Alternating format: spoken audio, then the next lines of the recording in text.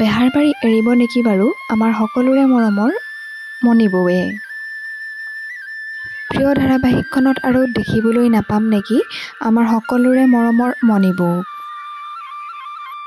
নমস্কাৰ বন্ধু বান্ধৱীসকল, স্বাগতম জনাইছোঁ আপোনালোক সকলোকে আমাৰ চেনেলৰ অন্য এটা নতুন ভিডিঅ'লৈ। আশা কৰিছোঁ সকলো ভালেই আছে। বেহাৰবাৰী এৰিব নেকি বাৰু মণি বৌৱে, এই সকলোবোৰ আপোনালোকক জনাম। গতিকে ভিডিঅ'টো শেষলৈকে চাব বুলি আশা কৰিলোঁ। আৰু ভিডিঅ'টি চাই যদি ভাল পায় তেন্তে লাইক, কমেণ্ট আৰু শ্বেয়াৰ কৰিব।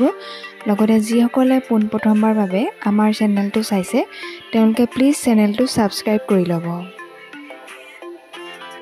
অসমৰ জনপ্ৰিয় ধাৰাবাহিক বেহাৰবাৰী আউটপোষ্টৰ মণি বৌৰ চৰিত্ৰত অভিনয় কৰা অভিনেত্ৰী পাপৰি বৰাক আৰু বেহাৰবাৰী আউটপোষ্টত দেখিবলৈ নাপাব।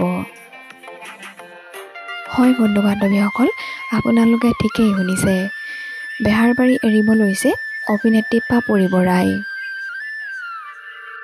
আপোনালোকৰ প্ৰিয় অভিনেত্ৰীগৰাকীক আৰু দেখিবলৈ নাপাব ধাৰাবাহিকত।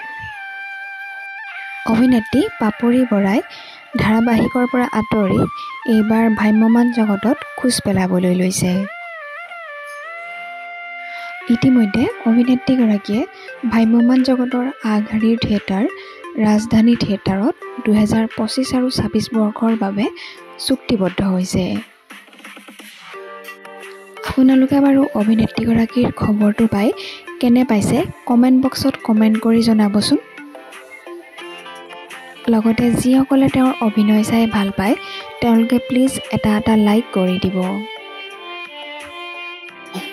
মণি বৌৰ চৰিত্ৰৰে অসমৰ জনগণৰ হৃদয়ত স্থান লাভ কৰিবলৈ সক্ষম হোৱা অভিনেত্ৰী পাপৰি বৰাই ইতিমধ্যে ৰাজধানী থিয়েটাৰত অভিনয় কৰিব।